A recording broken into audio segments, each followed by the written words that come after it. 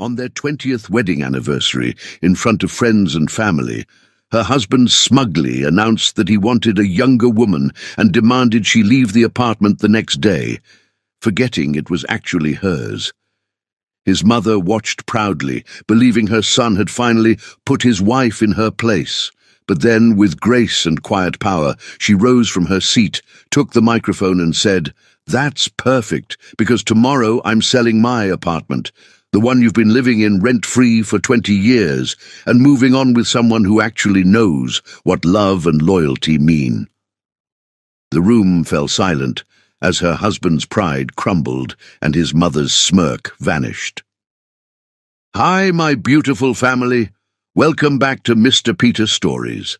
May the Almighty surround your life with blessings that never fade and love that never ends. May your hearts stay calm in every storm, your homes be filled with laughter, and your spirit shine brighter than the dawn.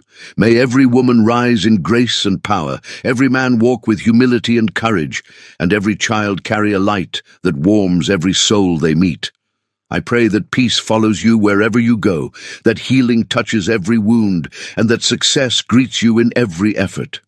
May you never feel alone, for God's love will always hold you close, and my prayers will always rise for you, my family. If your heart is true, like the video. If your love is real, write, "I am with Mr. Peter." The chandelier crystals catch the light like frozen tears, and Nosa Edward has no idea she's about to become a ghost in her own life. The ballroom glows with warmth, 200 candles flickering against gold-papered walls, champagne flowing like promises, laughter rising and falling like waves. Nosa's dress is the color of fresh cream, expensive silk that whispers against her skin. The pearl necklace Rich gave her this morning sits heavy against her throat, the card still tucked in her clutch, "To my forever." She stands beside her husband, watching their daughter Tamsin glow at the microphone. The girl is radiant in emerald green, her father's eyes but her mother's grace. "My parents taught me what real love looks like," Tamsin says, her voice clear and strong. "They taught me that marriage isn't just romance, it's partnership, sacrifice, choosing each other every single day. When I find love, I want exactly what they have." The crowd applauds. Nosa reaches for Rich's hand, and he squeezes back, his thumb tracing circles on her palm, the way he's done for 2 decades. She thinks, "We made it.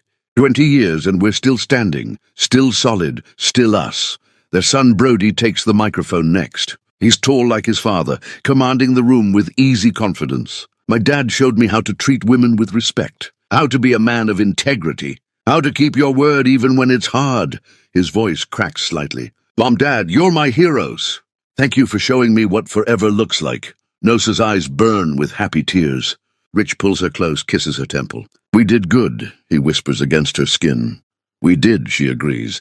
The speeches end. Dinner is cleared. The dance floor opens, and Nosa moves through the crowd, accepting congratulations, hugging old friends, laughing with her sister Adeyemi, who flew in from across the country. "You look happy," Adeyemi says, studying her face. "I am happy," Nosa replies, and it's true. After 20 years, she still loves this man, still wants him, still chooses him. "Good," Adeyemi says, but something in her voice sounds strange, tight, before Nosa can ask. Rich is there, guiding her to the center of the room. "Speech time," he announces, and someone hands him a microphone. The crowd quiets. Faces turn toward them, expectant and warm. Rich raises his champagne glass, and Nosa raises hers. Preparing for the toast they rehearsed. Something sweet about growing old together. About love deepening with time. Rich clears his throat, smiles, and then his words slice through the air like a blade through silk. 20 years is enough. Nosa doesn't understand. She's still smiling, still holding her glass, still thinking this is part of some joke she doesn't yet understand. "I want someone younger," Rich continues, his voice steady and clear. "Get out of the apartment tomorrow." The glass slips from her hand. It shatters against the marble floor, champagne and blood mixing together because a shard has sliced her palm open, but she doesn't feel pain, She doesn't feel anything except a strange, floating sensation, like her soul is separating from her body. The room erupts in gasps and confused murmurs. Someone screams. But Nosa can't look away from Rich's face because he's not joking. His expression is calm, resolved. This isn't a mistake. This isn't temporary insanity. This is planned. Her eyes find his mother across the room. Imogene, the woman Nosa bathed during chemotherapy when cancer ravaged her body. The woman Nosa fed through nausea, whose bedpans Nosa emptied, whose tears Nosa wiped away during the darkest nights. The woman Nosa loved like her own mother. Imogene is smiling, not sympathetic, not shocked. Smiling with satisfaction, with triumph, like she's watching something she's waited years to see. Movement catches Nosa's attention. A young woman stands from a back table, blonde, barely more than a girl, wearing a dress cut too low, and a bracelet that makes Nosa's vision blur because she recognizes it. Her grandmother's bracelet, the one that went missing from her jewelry box months ago. The girl looks terrified now, her face draining of color, but she's wearing the bracelet, and that means... Nosa's knees nearly buckle. She steadies herself against a nearby table, her bleeding hand leaving marks on the white tablecloth. But the worst betrayal is still coming.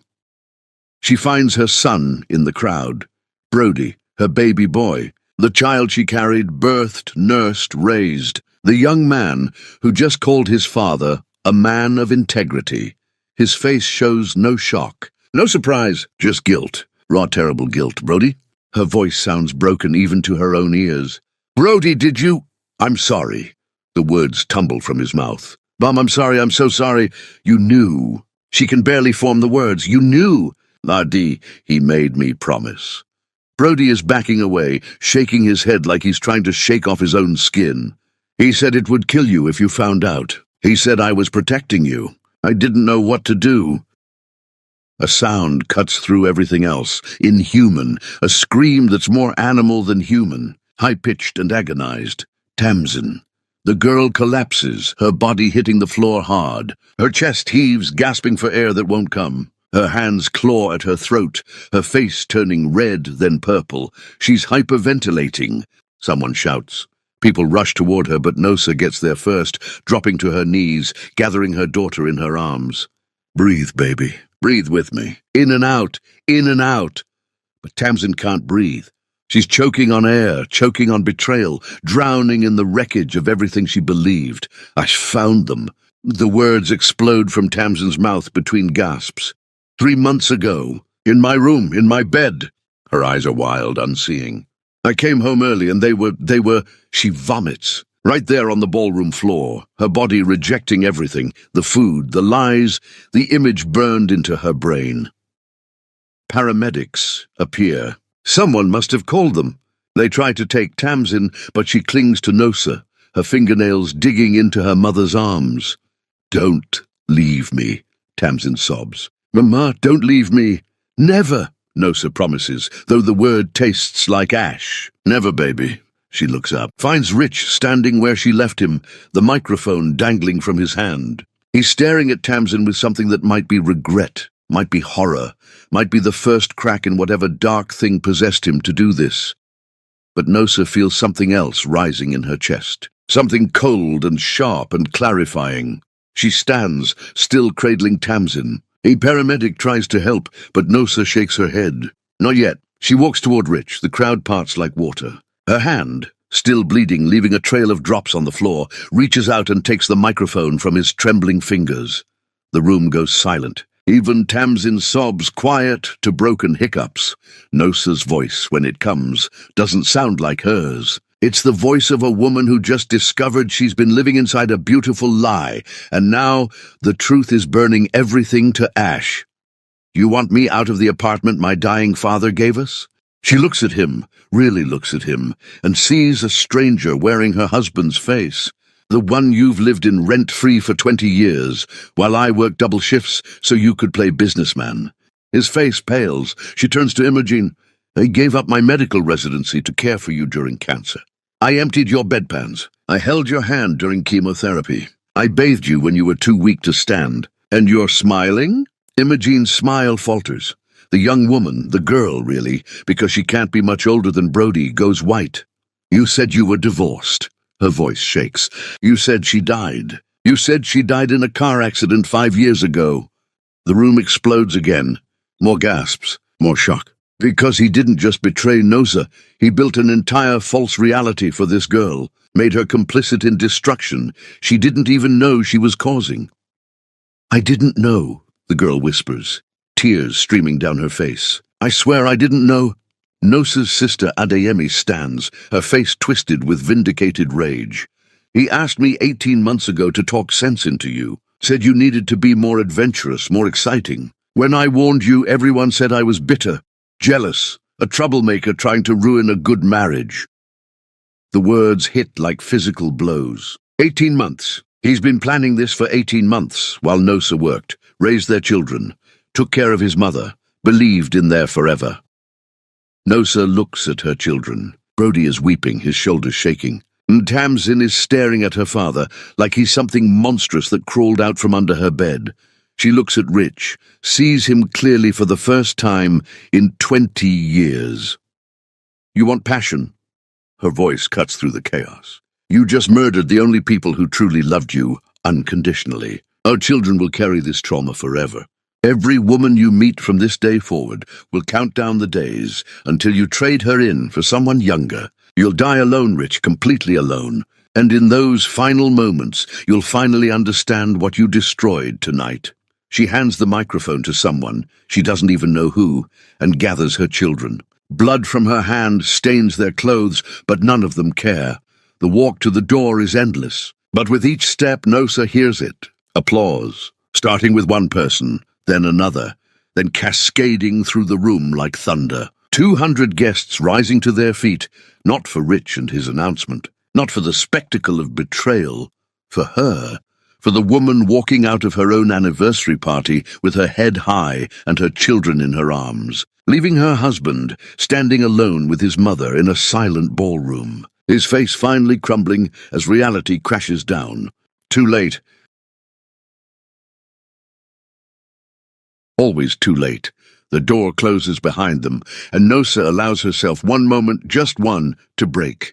She sinks against the hallway wall, her children pressed against her, and weeps for the death of 20 years, for the murder of forever, for the beautiful lie that just shattered into pieces too small to ever put back together.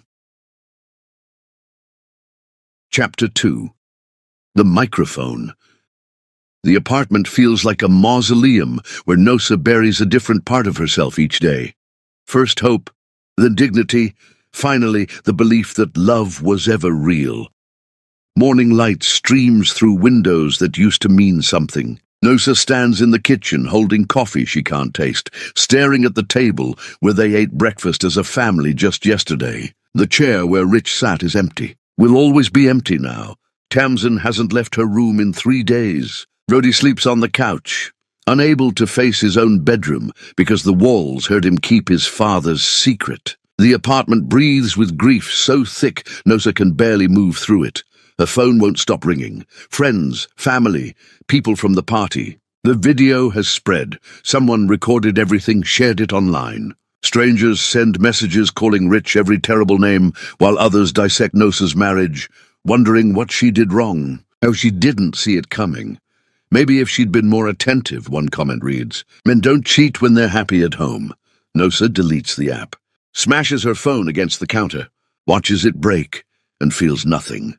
Adeyemi arrives with groceries, lets herself in with the spare key Nosa gave her years ago, takes one look at her sister, and pulls her into an embrace that breaks something loose in Nosa's chest.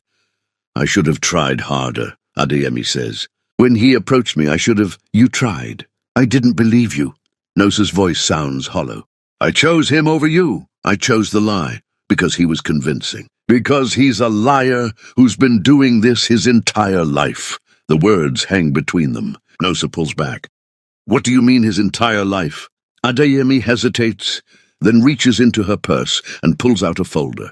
I hired someone. After the party, I needed to know if... She hands over the folder. Read it. Inside are printouts, your documents, divorce records, A woman named Temperance, who was married to Rich before Nosa, divorced after he emptied their joint account and ran off with someone younger. Another woman named Jessamine. Same pattern, same lies, same destruction. How many? Now Nosa whispers.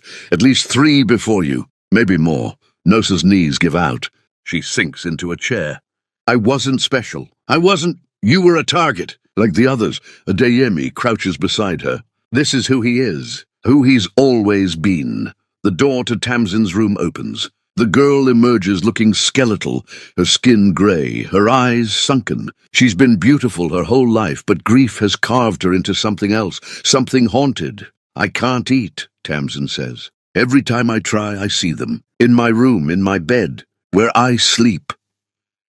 Nosa opens her arms, and Tamsin collapses into them. This child who's too old to be held like this, but too young to survive what she's witnessed.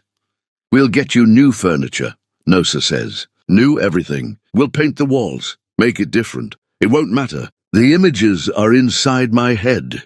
Brody appears from the living room, his face puffy from crying. It's my fault. I should have told you. I should have... Stop! Nosa's voice is sharp. You were manipulated. He made you his accomplice. That's on him, not you. I was old enough to know better. You were his son. You trusted him. That's not weakness. That's what children are supposed to do. But Brody shakes his head, and Nosa can see the guilt eating him alive from the inside. A knock at the door makes them all freeze. Nosa peers through the peephole, and her blood turns to ice. Kellen, the young woman, standing in the hallway with her arms wrapped around herself, looking small and terrified. Nosa opens the door slowly.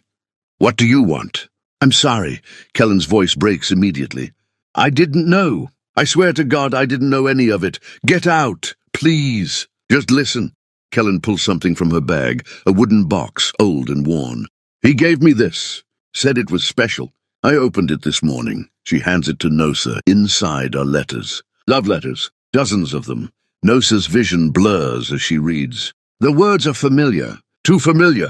Because they're the same words Rich wrote to her 20 years ago. The same promises. The same poetry. Even the same metaphors about stars and destiny and souls recognizing each other across time. He copied them, Kellen whispers. Every single one. Word for word. I looked you up online. Found an old blog post you wrote about your engagement where you quoted his letters. They're identical. Nosa wants to vomit, wants to scream, wants to claw her own skin off because she wore these words like precious jewels, and they were just recycled trash. I'm a barista, Kellen continues, her voice shaking. I worked nights to pay for community college. He came in every evening for months, was so kind, so interested in my dreams. Told me his wife died 5 years ago, that he was lonely, that I reminded him of her when she was young. Made me feel special, like I was saving him from grief.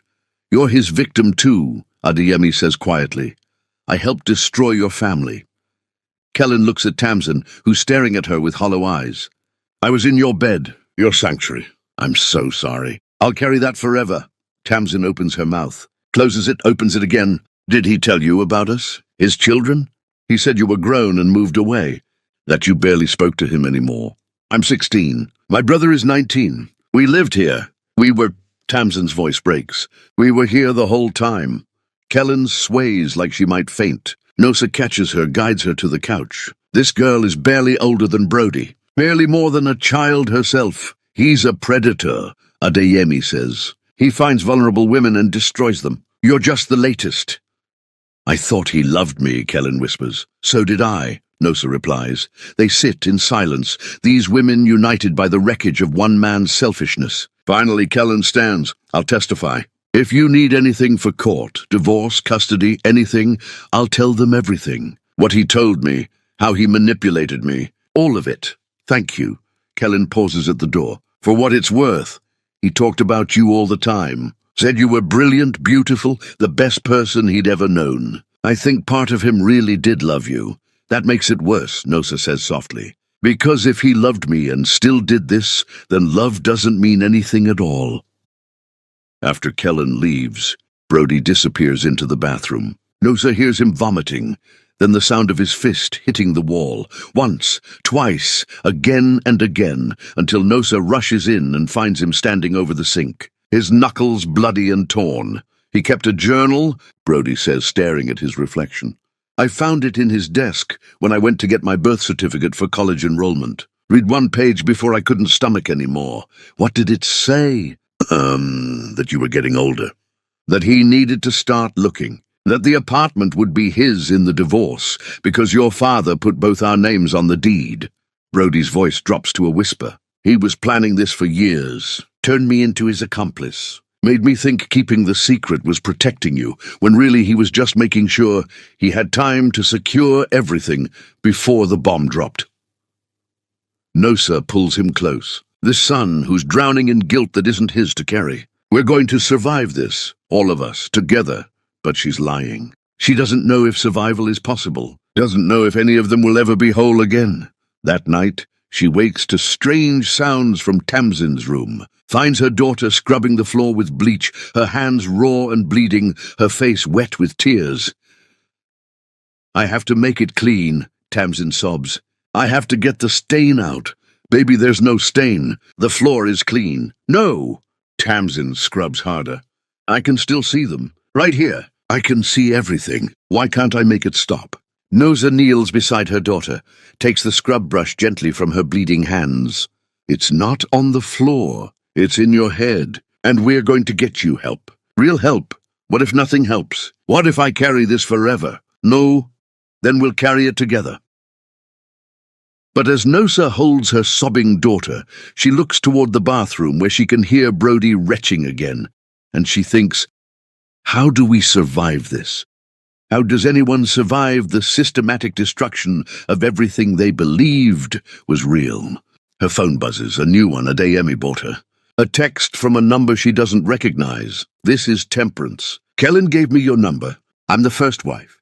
Can we talk? There are things you need to know about the money. Nosa's blood runs cold. She calls the number.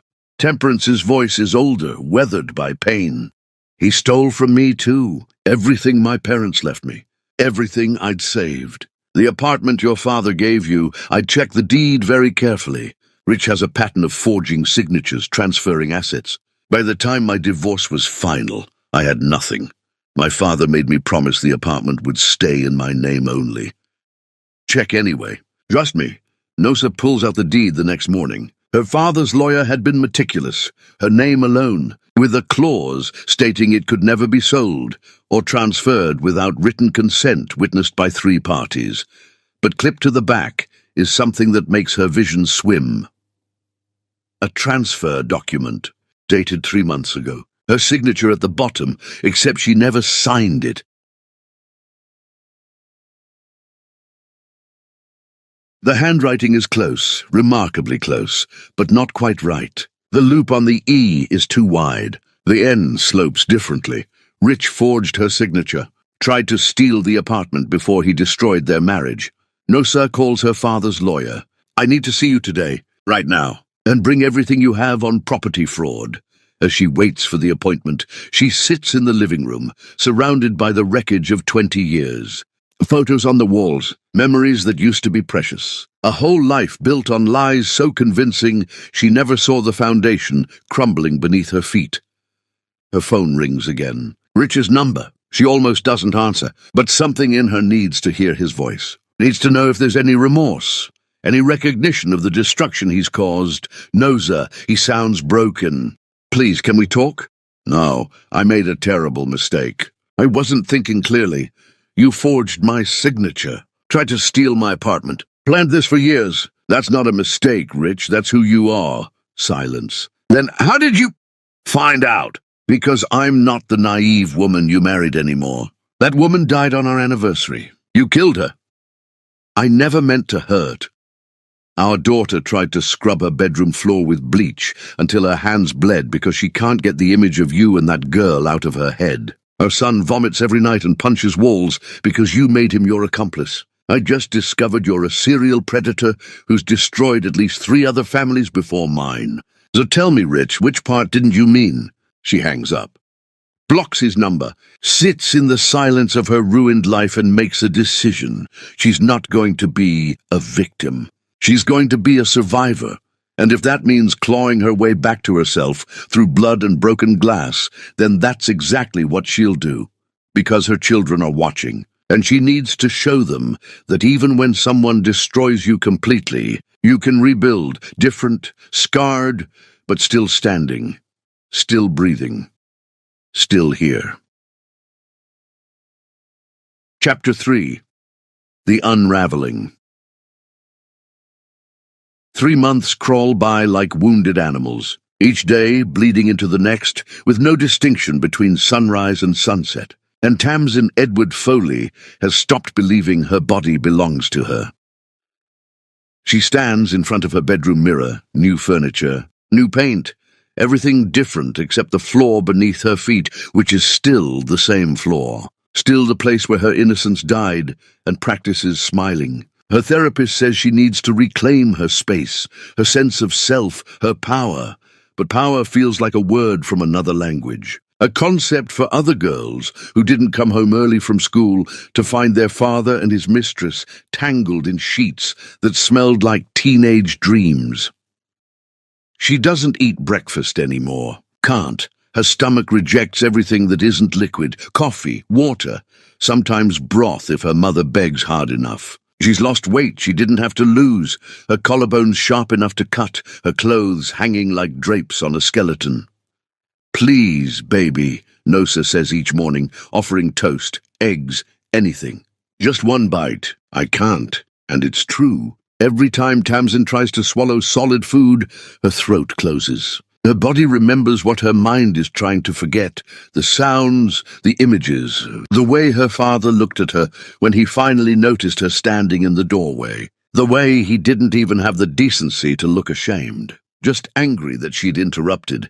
Brody stopped going to classes. His university called twice, then stopped calling. He sits on the couch most days, staring at nothing. His knuckles wrapped in bandages that bloom red by evening because he keeps reopening the wounds. Yesterday, Nosa found him in the bathroom at dawn, his fist drawn back to punch the mirror. She caught his arm mid-swing. "What are you doing?" "Oh, I look like him." Brody's voice was hollow. "I have his eyes, his jaw. When I look in the mirror, I see the man who destroyed you. How do I live with that? You're not him. You're nothing like him." I kept his secret. I'm exactly like him, who started getting into fights. Last week at a convenience store, he saw a man yelling at his girlfriend. Brody grabbed him, shoved him against a wall, screamed, "You think you can treat her like trash? You think she's disposable? You're just like my father." Security pulled them apart. The other man pressed charges. Now Brody has a court date and a therapist who uses words like breakdown and PTSD and maladaptive coping. Nosa holds her family together with bleeding hands, working double shifts at the hospital where she finally finished her residency, coming home to children who are disappearing before her eyes. She's lost weight too. Her clothes don't fit. Her face in the mirror looks carved from grief. Adeyemi visits every weekend, brings food nobody eats, sits in the silence that's replaced where conversation used to be. "You need to talk to someone," she tells Nosa. "You can't just hold everyone else up while you're drowning." "I'm fine." "You're not fine. None of you are fine. But what's the alternative? Collapse? Let the whole structure crumble?" Nosa is the only thing keeping her children from completely unraveling, even as she feels her own threads pulling loose. Rich calls from blocked numbers. Nosa doesn't answer, but his voicemails pile up like poison.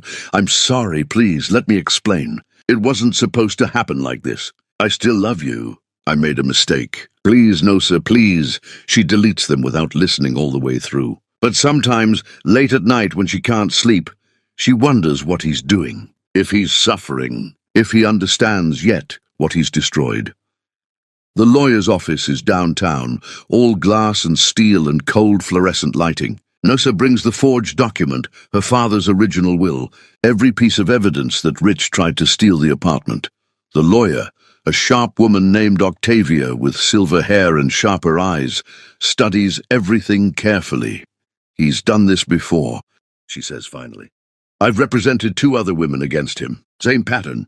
Marry someone with assets, wait until he's secured access, then destroy them and take everything. Can we prosecute?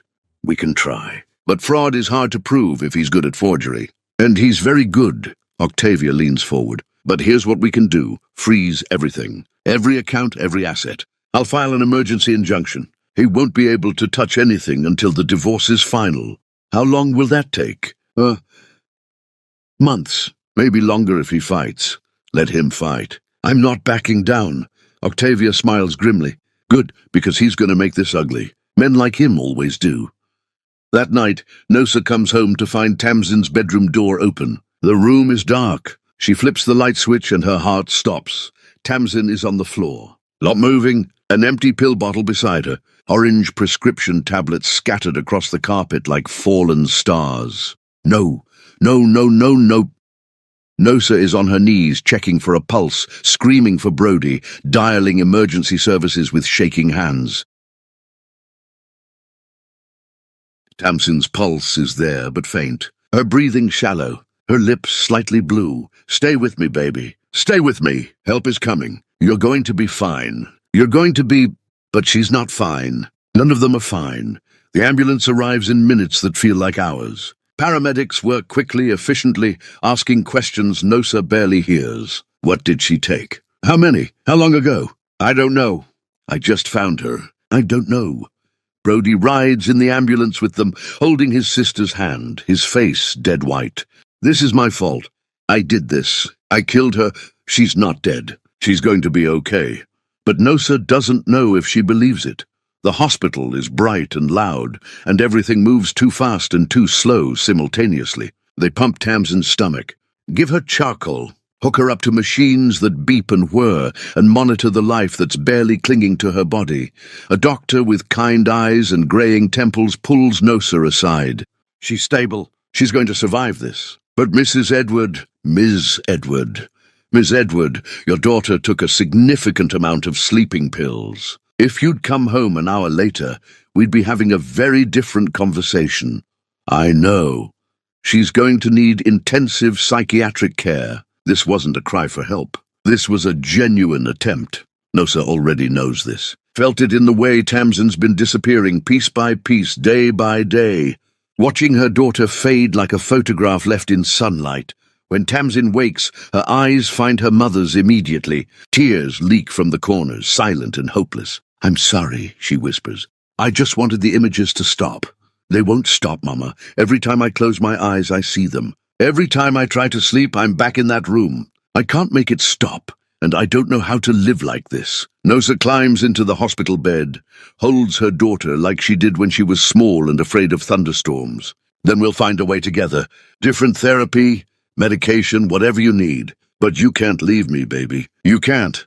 Because if you go, I go. Do you understand? I don't know how to keep living, one breath at a time. That's all.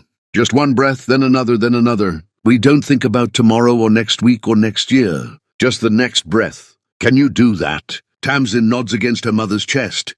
I'll try. That's all I need. Just keep trying. Brody sits in the corner, his head in his hands, his whole body shaking. When Nosa looks at him, she sees a young man being eaten alive by guilt that's not his to carry, but he carries it anyway because Rich made sure of it.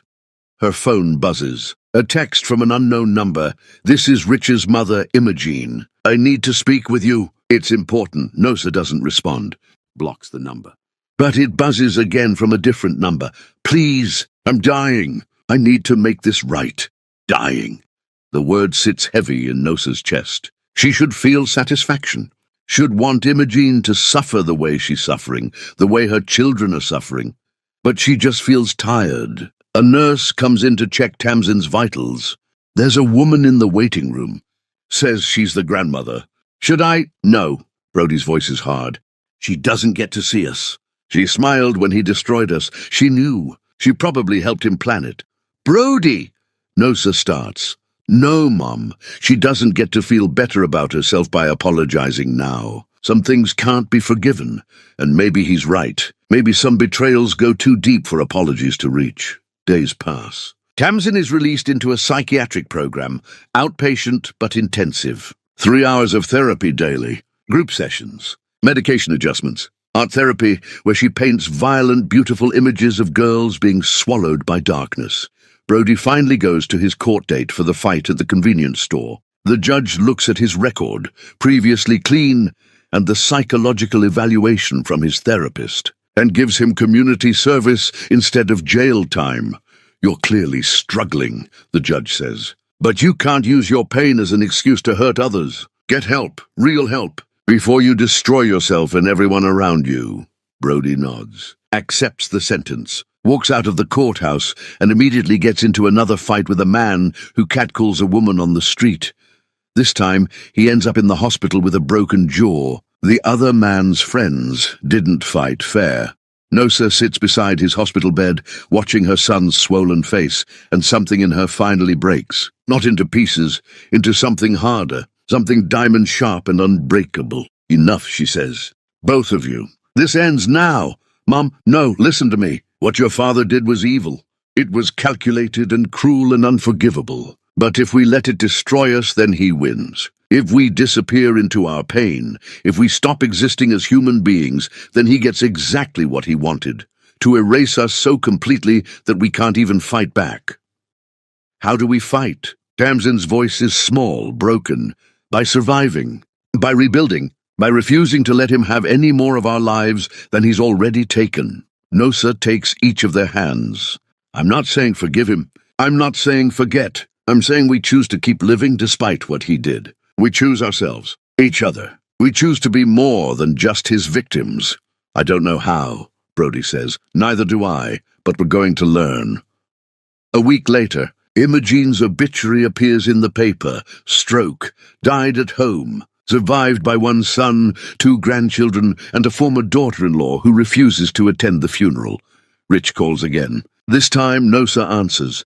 My mother is dead, he says, and his voice is hollow. She died alone. Her last words were, tell them I'm sorry. Then she got off easy. Nosa, your mother stood in that ballroom and smiled while you destroyed our family. She helped you, encouraged you. She doesn't get forgiveness just because she's dead. Please, you need. Nosa laughs, and the sound is bitter as poison. Your daughter almost died because of you. Your son can't look at himself in the mirror without seeing the man who manipulated him. I discovered you're a serial predator who's destroyed multiple families. You forged my signature to steal my home, and you're calling me because your mother died. Silence on the other end. I hope you're drowning in it, Rich. I hope the guilt eats you alive. I hope you lie awake every night seeing Tamsin's face when she collapsed, hearing Brody beg for forgiveness for something that was your fault. I hope you never have another peaceful moment for the rest of your miserable life. She hangs up, blocks the number, turns to her children who are watching her with something like awe. That's how we fight, she says. We refuse to make his pain our responsibility. We refuse to carry his guilt. We survive, and we do it without him. Tamsin nods slowly. Brody's jaw is still wired shut, but he squeezes his mother's hand. They're broken, all of them. Shattered into so many pieces it seems impossible they'll ever be whole again, but they're still breathing, still fighting, and maybe that's enough for now. Maybe survival is its own form of victory. Chapter 4. The Girl Who Wanted Silence. The psychiatric ward smells like industrial cleaner and old despair, and Tamsin Edward Foley learns that surviving is different from living. One is breathing. The other is wanting to. She sits in group therapy with 7 other people who tried to stop existing. A man in his 40s who stepped in front of a train. A woman in her 20s who drove her car into a lake. A teenage boy who hung himself in his closet, but the beam broke. They share their stories like trading scars, comparing whose pain cut deepest. When it's Tamsin's turn, the words stick in her throat. How does she explain that her father didn't just betray her mother? He stole her innocence, her safety, her ability to trust that the world makes sense. My father used my bedroom, she finally says, her voice barely above a whisper, while I was at school. With his mistress, in my bed. The room goes quiet. Even here, in this place where everyone's trauma is supposed to be equal, her pain stands out. The therapist, A woman named Dr. Larkin with grey streaks in her black hair and eyes that have seen too much, leans forward. You came home early. I was sick, fever. I just wanted to sleep. Tamsin's hands twist in her lap. I heard sounds from my room, opened the door, and there they were. What did you do? Nothing. I just stood there frozen until my father saw me. And the look on his face, her voice cracks. He wasn't ashamed. He was annoyed, like I'd interrupted something important. How long ago was this? The first time. Months before he destroyed everything publicly. I told myself I imagined it, that it couldn't be real, that my father wouldn't. She's crying now, the tears coming fast and hot, but it was real, and I let him gaslight me into thinking I was crazy. Dr. Larkin's voice is gentle. You were a child protecting herself the only way she knew how, by denying what was too terrible to accept. But Tamsin doesn't feel like that's protection. Feels like cowardice, like she failed everyone by not speaking up sooner. After group, she has individual sessions where Dr. Larkin makes her describe the images in detail. We need to drain the wound, she explains. Right now, these memories have power over you because you're trying not to think about them. The more you avoid them, the stronger they become. So Tamsin talks, describes everything, the color of the sheets, the angle of afternoon light through the window, the specific sounds, the smell of perfume that wasn't her mother's, the way her father's back arched, the woman's face flushed and unaware until suddenly, horribly aware. She vomits twice during the session. Dr. Larkin hands her a trash can like, this is normal. Expected, part of the process. Good, she says when Tamsin is done heaving. Your body is releasing the trauma. Let it out.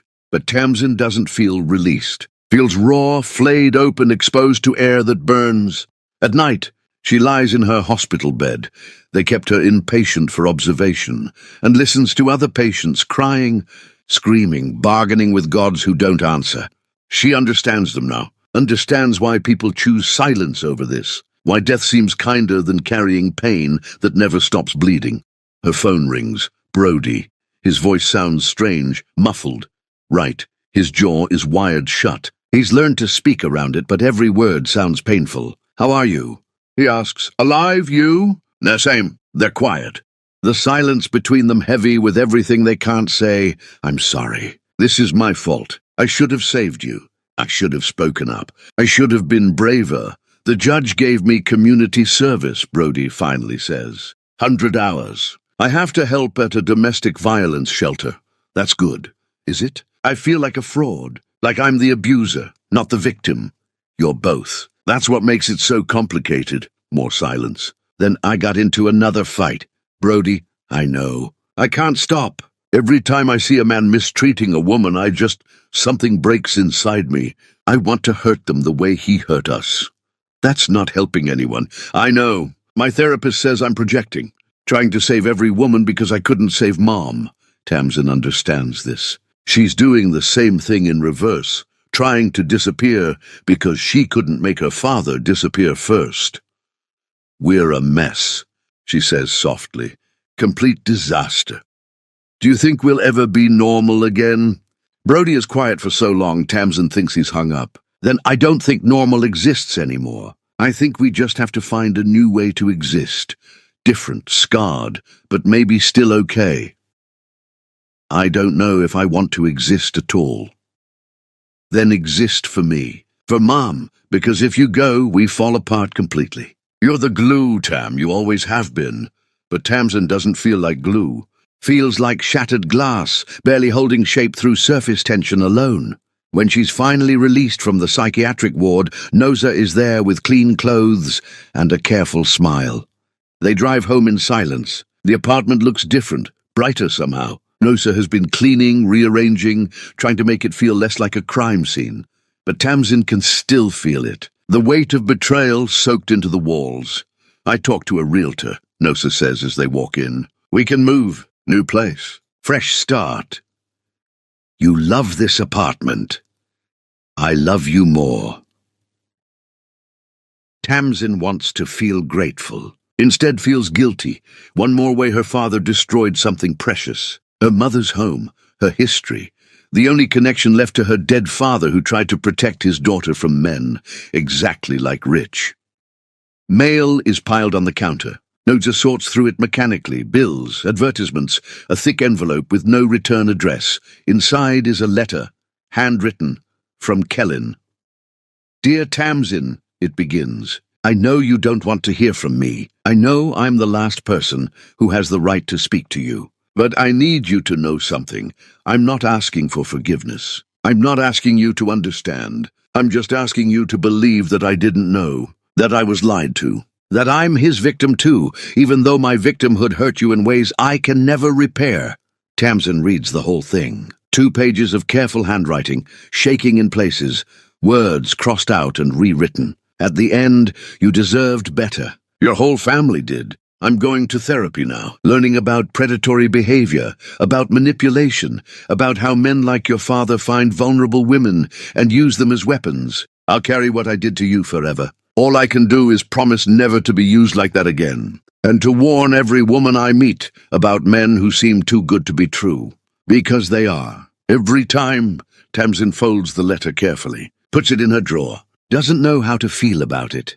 That night she dreams of her father. But in the dream he's transparent, a ghost already fading, and she's solid, real, surviving. She wakes gasping but not screaming. It's progress. Small, microscopic, barely there, but progress nonetheless. Days become weeks. She goes back to school, has to repeat the semester she missed, but she goes. Sits in classrooms and takes notes and pretends to be normal, even though normal is a language she's forgotten how to speak. Other students whisper. Everyone knows. The video from the anniversary party went viral.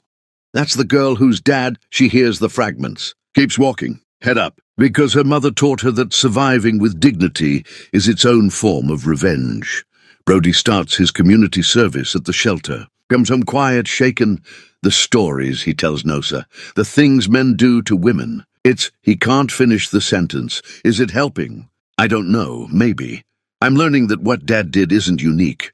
That there are thousands of men just like him. Millions, probably, and that makes it worse somehow. Like evil isn't special. It's ordinary. Nosa nods. She understands this. Has seen it in her work at the hospital. Women who come in with injuries that don't match their stories. Children who flinch from touch. The everyday violence that society pretends not to see. Rich tries to visit. Shows up at the apartment door. Brody answers, still in his community service uniform, the irony not lost on anyone. "You need to leave," Brody says. "I just want to talk. To explain, there's nothing to explain. You destroyed us, on purpose, for years. Now you have to live with that.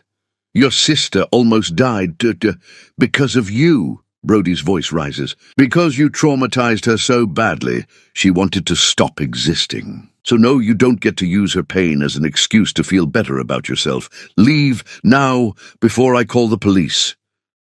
Rich looks past him, sees Tamsin standing in the hallway. His face crumples. "Tamsin, baby, don't call me that." Her voice is ice. "You lost the right to call me anything. I'm your father.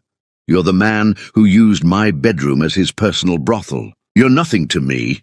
She turns and walks away. Here's Rich weeping on the other side of the door. Here's Brody slam it in his face, feels nothing. And maybe that's healing too, the absence of feeling. The ability to look at the source of her trauma and feel nothing but cold indifference. That night, Tamsin writes in the journal Dr. Larkin gave her. Writes about the dream, about school, about the letter from Kellen. Writes about standing in the hallway and feeling nothing while her father wept. "Is this better?" she writes. "Feeling nothing instead of feeling everything? Or is it just different? Is numbness its own form of death?" She doesn't know the answer, but she keeps writing, keeps breathing, keeps existing, one breath at a time, just like she promised. Chapter 5. The Man in the Mirror.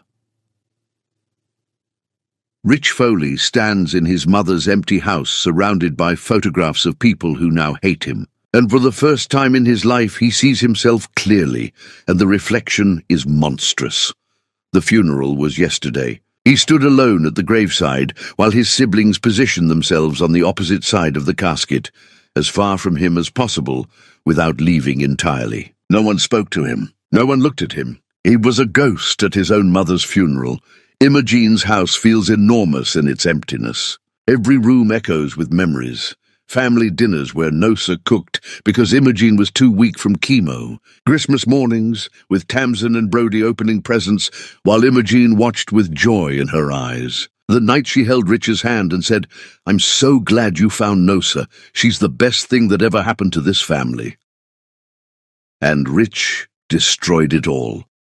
He finds boxes of photographs, carefully sorts through them with shaking hands. It's their wedding day, Nosa in white, radiant, believing every promise he made. Here's Brody as a newborn, tiny and perfect in his father's arms. Here's Tamsin's first birthday, cake smeared across her face, everyone laughing. He made these memories, lived inside these moments, felt love, real, genuine love for these people, and still chose to destroy them. Why? The question circles his mind like a vulture. Why did he do it? What was he looking for? What was missing inside him that made him need to hurt the people who loved him most? He finds Tamsin's diary in a box of things his mother saved, from when she was 12. The pages are filled with hearts and flowers and sentences like, "Daddy is my hero. He's the smartest, kindest, best man in the whole world. When I grow up, I want to marry someone exactly like him." Rich vomits into the nearest trash can, heaves until there's nothing left, until he's just dry retching into emptiness. That's what he did. Took his daughter's hero worship and turned it into trauma so severe she tried to die. He finds Brody's college essay in another box. His mother kept everything. The essay is about integrity, about moral courage, about how Rich taught him that real men protect the weak, that honor matters more than comfort, that love is a verb, not just a feeling. Rich's hands shake so badly he drops the papers. They scatter across the floor like accusations. His son believed in him, worshipped him. And Rich manipulated that love, used it as a weapon, turned Brody into an accomplice in his mother's betrayal. The phone rings. Unknown number. He answers because maybe it's someone who doesn't hate him yet. "Mr. Foley, this is the suicide prevention hotline. Your wife, ex-wife, called us. She's concerned you might be a danger to yourself." Nosa called them. Even now, even after everything, she's trying to keep him alive. The realization breaks something inside him. He's been telling himself she's cruel, vindictive, unreasonable. But she's not. She's protecting him from himself, even while he destroyed her. His voice cracks. "I don't know. Maybe I am. Can you tell me where you are?" He gives the address. 20 minutes later, paramedics arrive with a crisis counselor. They sit with him for hours, asking questions, assessing risk, finally giving him a number for a therapist who specializes in abusive partners. "You need to understand something," the counselor says. "Whatever you're feeling right now, it's not about seeking sympathy. It's about truly confronting what you did. And that work is going to be harder than anything you've ever done." Rich calls the therapist the next morning. A woman named Solitude, with a voice like gravel and no patience for excuses. "Why are you calling me?" she asks immediately. "I need help. Wrong answer. Why are you really calling?" "I destroyed my family. My daughter tried to die. My son is having a breakdown. My wife." "Stop, you're making this about them. Why are you calling? What do you want?" Rich is confused. "I want to fix." "You can't fix it. It's unfixable. So try again. Why are you calling?" He thinks. Really thinks. "Because I'm a monster and I don't know how I became one." "Better. Now we can start." The first session is brutal. Solitude doesn't let him deflect, doesn't accept excuses, doesn't allow him to paint himself as a victim of circumstances. "You weren't drunk. You weren't insane. You weren't having a midlife crisis," she says. "You made calculated choices over years. You manipulated everyone around you. You forged documents. You used your own son as an accomplice. You traumatized your daughter in her sanctuary. These weren't mistakes. This is who you are." "I didn't mean—" "Don't." Her voice is sharp. "Don't say you didn't mean to. You meant every bit of it. You just didn't expect consequences." She makes him join a group for abusive men. Sitting in that circle the first time is humiliating. These men are monsters. They hit their wives. screamed at their children, destroyed property, threatened violence. He's not like them, except he is. The facilitator, a man who used to be exactly like them until he chose differently, looks directly at Rich. You think you're better than everyone here because you didn't hit anyone. But psychological abuse is just as devastating. More sometimes. Because physical scars heal. The scars you left will never fully disappear, Rich wants to argue. Can't. Week after week he sits in that circle and hears stories that mirror his own. Men who felt entitled to their wives' lives. Men who manipulated and gaslit and destroyed. Men who turned their children into weapons. And slowly, horrifyingly, he recognizes himself in every story. Solitude gives him an assignment. Write letters to your victims. Not to send, they don't need your words right now. But so you understand the full scope of what you did. He starts with Tamsin. Dear Tamsin, I murdered your childhood. I took your sanctuary and turned it into a crime scene. I taught you that men who say they love you will destroy you. I made you want to die. There is no apology big enough, no atonement sufficient. I did this to you, your own father, the person whose only job was to protect you. And I failed so completely that you couldn't stand to exist anymore. He sobs so hard, he passes out from exhaustion. The next letter is to Brody. Dear son, I made you my accomplice. I manipulated your love, your loyalty, your desire to protect your mother into a weapon I used against all of you. I stole your innocence, made you complicit, gave you trauma you'll carry forever. You look in the mirror and see me. That's my fault. I poisoned you with my sickness. Then Noza, dear Noza, I took 20 years of your life and revealed them as lies. I made you question your own reality, your judgment, your worth. I used your father's generosity, your compassion, your love as tools to manipulate you. I tried to steal the home your dying father gave you. I turned you into a cautionary tale when you deserved to be a love story. He writes dozens of letters. To Kellen, who he manipulated into hurting people she didn't even know existed. To his mother, who he let poison her soul with cruelty. To his first wife, and the others he destroyed before Nosa.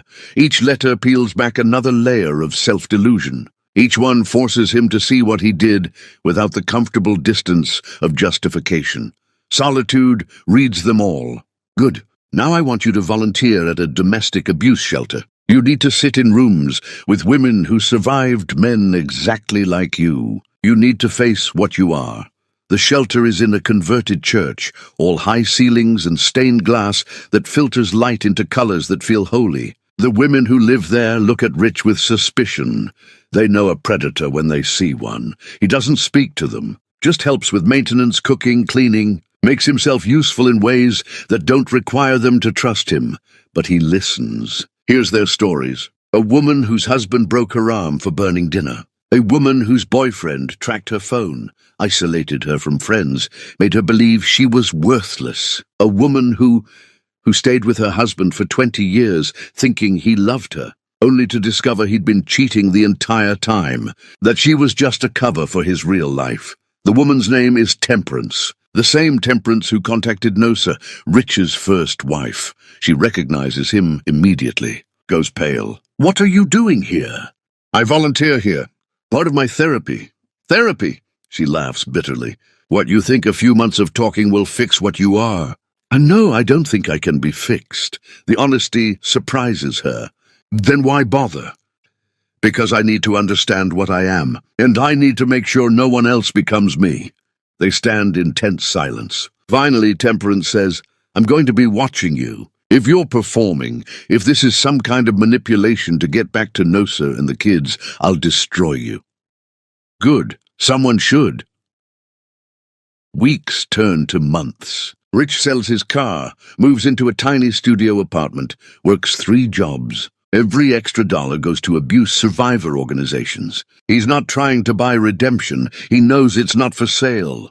He's just trying to stop drowning in his own guilt.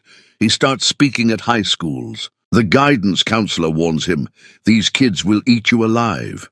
Good. He stands in front of teenagers with their whole lives ahead of them and says, I destroyed my family, publicly humiliated my wife at our anniversary party, made my son my accomplice in betraying his mother. Traumatized my daughter so severely she tried to die. I'm not here for sympathy. I'm not here for redemption. I'm here so you don't become me. A girl raises her hand. If you knew you were hurting them, why did you keep doing it? Because I loved myself more than I loved them. Because I felt entitled to their pain. Because somewhere along the way, I started seeing them as obstacles to my happiness instead of people with their own inherent worth. Do you think people can change? I think people can become different. Whether that's change or just better performance, I don't know yet.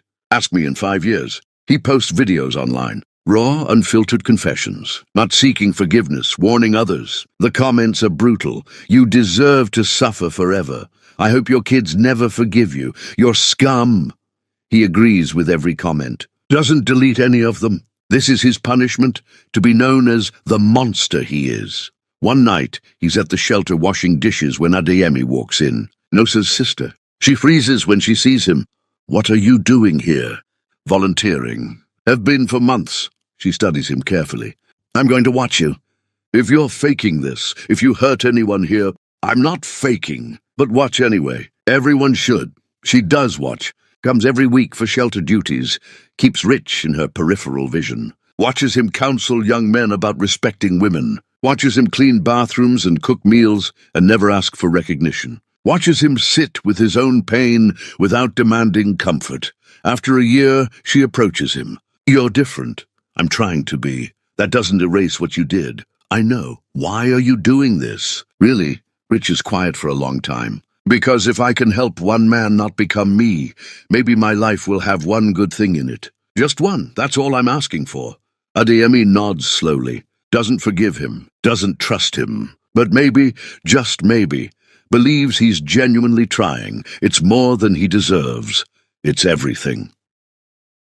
Chapter 6. 5 years in purgatory. The shelter smells like industrial cleaner and old despair. And Rich Foley, who once thought himself a good man, now spends his days learning he was always the monster in other people's stories. 5 years crawl by with the slow inevitability of erosion, each day wearing him down to something unrecognizable from the man who stood in that ballroom and destroyed his family. He barely sleeps, 3, maybe 4 hours a night before the nightmares wake him. Tamsin's face pale and empty as she swallows pills. Brody's broken voice saying, I'm just like you. Nosa's eyes when she realized 20 years were built on lies. The studio apartment where he lives now is barely large enough for a bed and a desk. No decorations, no photographs, nothing that might let him pretend he deserves comfort. He works 3 jobs, janitor at a hospital, night stock at a grocery store, weekend maintenance at the shelter. Every penny beyond basic survival goes to organizations that help abuse survivors. You're not buying redemption, Solitude reminds him during their weekly sessions. You know that, right? No amount of money or time will erase what you did. I know. So why do it? Because it's the only thing I can do that doesn't make the world worse. The group for abusive men meets every Tuesday. Rich hasn't missed a session in 5 years. He knows their stories now, men who destroyed their families in different ways, but for the same reason, because they could, because they felt entitled, because somewhere along the line they stopped seeing their victims as fully human. A new member joins, younger, maybe mid-30s, still making excuses. She pushed me to it. She wouldn't listen. What was I supposed to do? Rich speaks up. You were supposed to not destroy her. That was your only job. Easy for you to say, I humiliated my wife publicly, made my son my accomplice in betraying his mother, traumatized my daughter so badly she tried to die. There's no easy here. There's just the truth. We chose this. We chose to hurt them. And we have to live with that forever. The man's face goes red. You don't know my situation. I know you're making excuses. I did it for 40 years. It doesn't help. It just delays the moment when you have to face what you are. After group, another member approaches Rich. Older man, grey and tired. How long have you been sober? I don't drink, that's not what I mean. How long since you hurt someone? Rich thinks. 5 years. But I'm not sober. I'm just not actively poisoning anyone new. The people I already hurt, they're still suffering. I'm still hurting them through the aftermath. That's the hardest part. Knowing the damage is permanent. They stand in shared silence. Two men trying to become better, while knowing better will never be good enough. At the high school where Rich speaks quarterly, a boy approaches him after the presentation. My dad is like you. He cheated on my mom, made me keep it secret. I feel like I'm dying inside. Rich's chest tightens. You need to tell someone. A counselor, a trusted adult. The secret is poison. But if I tell, I'll destroy our family. The secret is already destroying your family. You're just protecting your dad from consequences. And he doesn't deserve that protection. The boy starts crying. Rich wants to hug him, comfort him. Doesn't. He's lost the right to offer comfort. Go to the counselor's office. Right now. Tell them everything. It's not your responsibility to carry this. The boy nods, wipes his face, walks away. Rich wonders if he'll actually do it. Hopes desperately that he will. The videos Rich posts online have become a strange sort of archive. People share them in divorce support groups, show them to teenagers learning about healthy relationships, use them as examples of what manipulation looks like. He never expected this, didn't make them for any purpose beyond confession. One comment appears on every video. This is my ex-husband. Word for word. Thank you for helping me see I wasn't crazy. The comments are from different people, different stories, but the same essential pain. Rich reads each one, forces himself to sit with the knowledge that he's not unique, that there are thousands, maybe millions of men just like him, that the damage he did is ordinary. Somehow that's worse. Temperance still volunteers at the shelter. They've developed a strange working relationship, not friendship, never that, but a mutual understanding born from shared history. She watches him carefully, always assessing whether this change is real. You helped someone today, she says one evening. Young woman, new arrival, too scared to eat. Rich made her soup, left it outside her door with a note. No pressure. Just here if you need it, and that's the job. No, the job is maintenance. Helping is optional. She studies his face. You're different from the man I married. I'm trying to be. Trying isn't the same as succeeding. I know. But it's all I have. She nods slowly. Keep trying. Some days that's enough. Adeyemi continues watching him. Months turn to years, and she sees him counsel young fathers at the shelter. Your child isn't your property. Your partner isn't your servant. Love means putting their needs on equal footing with yours. Not above, not below. Equal. She sees him break up a fight in the parking lot. Two men arguing, one about to throw a punch. Rich steps between them. Takes the hit meant for someone else. Doesn't fight back. Just says walk away. Choose different. Don't be like me. She sees him on his birthday, alone in the common room. No celebration, no acknowledgement. Just another day of trying to be less terrible than he was yesterday. Finally, she approaches him. You're genuinely different. Maybe, or maybe I'm just better at hiding what I am. No, I'd see it. I've been watching for 5 years. Why tell me this? Because someone should acknowledge that change is possible. Not easy, not simple, but possible. She pauses. That doesn't mean forgiveness. Doesn't mean Nosa or the kids should let you back in their lives. But it means you're not the same person who destroyed them. I don't know if that matters. It matters to the next person you might have hurt. Because you're choosing not to. Rich doesn't know what to do with this. Doesn't know if one person believing he's changed means anything at all. But it's something. A crack in the darkness. Like getting through. He continues his routine. Work, therapy, group, volunteering, speaking engagements. The same loop day after day, week after week, year after year. He's 40 now, grey threading through his hair, lines carved deep in his face from grief and sleeplessness, and the weight of knowing what he is. One day, Kellen walks into the shelter. Rich hasn't seen her since the anniversary party. She's different too, older, harder, carrying her own scars. I work here now, she says without preamble. Counseling intake. Helping women recognize manipulation before it destroys them. That's good. Important work. I'm doing it because of you, because I was your weapon, because I hurt people I didn't even know existed. She looks at him directly. I've been in therapy for 5 years too, learning how predators operate, how they find vulnerable people and use them. I'm sorry. For using you. Stop, I don't need your apology. I need you to keep doing this. She gestures around the shelter. Keep warning people. Keep showing men what they become when they choose ego over humanity. That's your apology. She walks away. Rich watches her go. This young woman he manipulated into complicity, now turning her pain into protection for others. Maybe that's the only redemption available to people like him. Not forgiveness, but the choice to stop creating new victims. He writes more letters he'll never send. Updated ones, now that he understands more about the damage he caused. Dear Tamsin, I know you're in college now. A DME told me you're studying psychology, specializing in trauma. You're turning your pain into healing for others. I wish I could tell you how proud I am. But pride requires the right to have feelings about you, and I gave up that right when I destroyed your childhood. I hope you're okay. I hope you're more than okay. I hope you found a way to exist without the weight of what I did crushing you every day.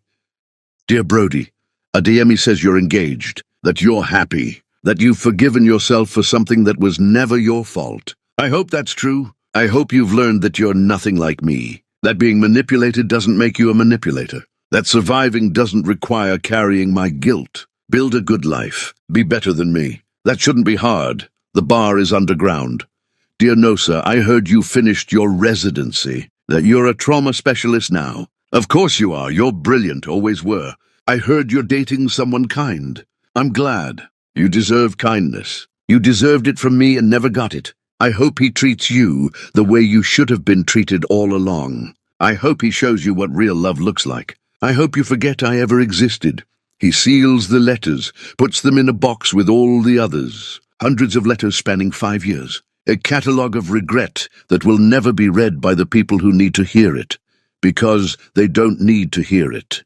They need him to stay away, to leave them in peace, to let them heal without his presence ripping open wounds that have barely begun to scar. So he stays away, works, volunteers, tries to become someone who causes less pain than he did before, one breath at a time, one choice at a time.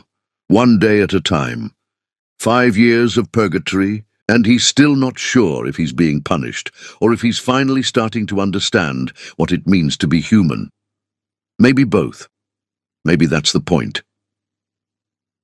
Chapter 7. The Children Who Watched from Shadows, Tamsin. Edward is 21 now, and she's spent 5 years rebuilding herself into someone who can function despite the cracks. But lately she's been dreaming about her father and waking up terrified that forgiveness might be another form of betrayal. The university campus sprawls green and bright, students laughing and flirting and stressing over exams, all the normal things that still feel foreign to Tamsin, like watching life through glass. She's majoring in psychology, specializing in family trauma because of course she is. You become what damages you, or you spend your life trying to understand it. Sometimes both. Her roommate is nice, a girl named Piper, who talks too much about her boyfriend and doesn't ask questions about why Tamsin never dates, never goes to parties, never seems to relax. It's easier this way, existing beside people without letting them see the landscape of scars beneath her skin. Dr. Larkin, her therapist, continues their sessions via video call. "You're doing well," she says during one session. "The nightmares have decreased. You're eating regularly. Your grades are excellent, so I'm cured. You're managing. That's different. Tamsin knows this, knows the difference between healing and simply getting better at hiding damage. But management is something. 5 years ago, she couldn't imagine being alive at 21. Now she's here, breathing, functioning. It's not happiness, but it's not death. I want to show you something," Dr. Larkin says. She shares her screen, a video. No identifying information, just a man speaking directly to camera. He's older, grey, tired-looking. The man talks about destroying his family, about manipulating his son, about traumatizing his daughter in her sanctuary, about the specific ways he hurt people, the exact mechanisms of his cruelty. Tamsin's chest tightens. "Why are you showing me this? I want you to tell me, can people like this change? Or are they fundamentally broken?" She watches the whole video. The man doesn't make excuses, doesn't ask for sympathy, doesn't suggest his victims should forgive him. He just confesses and warns others not to become him. "I don't know," Tamsin says finally. "Maybe people can change, but does it matter if they do? The damage is still permanent." That's a fair answer. Something about the man's voice bothers Tamsin. She can't place it. Probably just reminds her of her father. She tries not to think about him, tries not to wonder what he's doing, if he's suffering, if he ever thinks about the moment she collapsed in that ballroom 5 years ago. Brody calls that evening. Her brother's voice has deepened over the years, carries a steadiness it didn't have before. "How's school?" "Fine. You?" "Good. Graduate program is intense, but good." He pauses. "Esme and I set a date. For the wedding." "That's wonderful, Brody." Another pause. "She wants me to consider inviting him." The temperature in the room drops. Tamsin doesn't need to ask who him is. Why? She says everyone deserves a second chance, that I need closure, that hating him is eating me alive from the inside. Is it? "I don't know, maybe I just—" His voice cracks. "What if I invite him and he shows up exactly the same? Still manipulative, still selfish, still the same monster? Then we'll deal with it. Or what if he's different? What if he's genuinely changed and we're punishing someone who doesn't exist anymore?" This is the question that haunts Tamsin too. If people can fundamentally change, do you owe them forgiveness for who they used to be? Or do you have the right to hate them forever because of what they did, regardless of who they became? "I don't have answers," she tells her brother. "Neither do I, but Esme thinks we should try family therapy. All of us, including him, just once, to see if—" He can't finish the sentence. "What does Mom say?" "I haven't asked her yet. Wanted to talk to you first." Tamsin is quiet, thinking. 5 years. She survived 5 years without her father. Built a life around his absence. Gotten used to the empty space where he used to be. But does surviving mean accepting that space as permanent? Or does it mean being brave enough to risk everything again by letting him back in, even just a little? "If we do this," she says slowly, "it has to be on our terms, our conditions. He doesn't get to waltz back in like nothing happened." "Agreed. And if he fails, if he says even one manipulative thing makes any excuse, he's gone forever. No second chances after the second chance." "Yes, then maybe we try. Maybe we see if change is real. Because I need to know, Brody. I need to know if people can become better. Because if they can't—" Her voice breaks. "If they can't, then what's the point of anything?" They're both crying now, siblings united by shared trauma and the desperate hope that humans are capable of transformation. After the call, Tamsin can't sleep. She pulls out her laptop, searches for more videos by the man Dr. Larkin showed her, finds dozens, watches them chronologically, seeing him over years. The first videos raw and fresh with pain, later ones more composed but no less honest. In one video he mentions his daughter is in college now, studying psychology, turning her pain into healing. Tamsin's heart stops. She goes back, rewinds, listens again. "My daughter is in college now, studying psychology, turning her pain into healing for others." She recognizes the voice now, recognizes the specific timbre, the way he emphasizes certain words.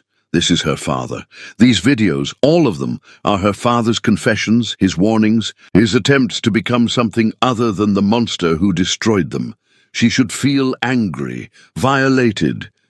He's using their story without permission, making their private pain public, but instead she feels something else, something she didn't expect. Curiosity, because the man in these videos isn't the man who stood in that ballroom. Isn't the man who used her bedroom. Isn't the man she's spent 5 years hating. This is someone else. Someone broken by consequences. Someone genuinely trying to become better. Is it performance? Or is it real? As she downloads every video, watches them all, takes notes like she's studying for class, which in a way she is. This is research. Can people change? Can monsters become human again? Or is humanity something that once lost, stays lost forever? Brody calls Nosa the next day. Tamsin listens on speakerphone, the three of them connected across distance by the question no one wants to ask. Do we let him try? Nosa's quiet for a long time. Then, I've been seeing someone, Leighton. He's kind, steady, everything your father wasn't. And sometimes I look at him and I think, this is what love should have been. This is what I deserved all along. That's good, Mom, Tamsin says. But then I think about your father. Wonder if he's suffering, if he's learned anything, if he's still the same man, or if 5 years changed him into someone else. She takes a shaky breath. I don't love him. I'll never love him again. But maybe I can be in the same room without wanting to destroy him. Maybe that's enough for one meeting. What if he hurts us again? Brody asks. Then we leave, immediately, no second chances. What if he's actually changed? Then we decide what that means. If anything, they agree to try. Brody will call him, make the arrangement. One meeting, family therapy. All of them in a room together for the first time in 5 years. Tamsin writes to her father that night. The first contact in 5 years. She keeps it short. I saw your videos. All of them. I don't know if you're performing or if you've genuinely changed, but I need to find out. Because if people can change, maybe there's hope for everyone, including me. She doesn't send it, not yet. First, she needs to see him, needs to look in his eyes and determine if the transformation is real or if he's just gotten better at lying. Because if he's still the same monster, she'll know. She's studied manipulation now, understands the mechanisms, the tells, the ways predators perform remorse without feeling it. But if he's different, genuinely, fundamentally different, then maybe change is possible. And maybe she can stop being terrified that every person who says they love her is just waiting for the right moment to destroy her completely. Maybe that's not hope. Maybe it's just desperation wearing hope's clothing. But right now, it's all she has. Chapter 8. 3 Conditions for the Ghost, Noza. Edward stands in her kitchen holding the phone like a live grenade, and Rich Foley's voice, older, humbled, destroyed, is asking for something she never thought she'd have the power to give. One chance to sit in a room with the people he murdered emotionally. The kitchen is different now. New apartment finally. Couldn't bear to stay in the place where so much ended. This space is smaller but brighter, windows facing east so morning light floods the rooms. Leighton chose the apartment with her, helped her move, never once asked why she needed to leave behind every physical reminder of her marriage. Leighton is in the living room now, pretending to read but actually listening, ready to support her however she needs. He's everything Rich wasn't. Patient, honest, content to love her without demanding she perform gratitude. They've been together 2 years. He knows the whole story, never pressures her to move faster than she's ready. I don't deserve this, Rich's voice says through the phone. It sounds different, older, yes, but also hollowed out, less certain. I know I don't deserve even 1 minute of your time. No, Noza agrees, you don't. But if you're willing, if the kids are willing, I want to try. I want to show you I'm not. He stops. I don't know how to say this without sounding manipulative. Then don't say anything. Just listen. She hears his breath catch. Okay. You get 1 meeting, 1. If you say even one thing that feels like manipulation, if you make any excuses, if you try to minimize what you did, we're done forever. No appeals, no second chances. Understood? Yes. I'm setting 3 conditions. You meet all 3 or this doesn't happen. Anything. Don't agree before you hear them. You might not want to once you understand what I'm asking. Silence. Then, tell me. Noza has practiced this, rehearsed the words with her therapist until they felt like armor instead of exposure. Condition 1.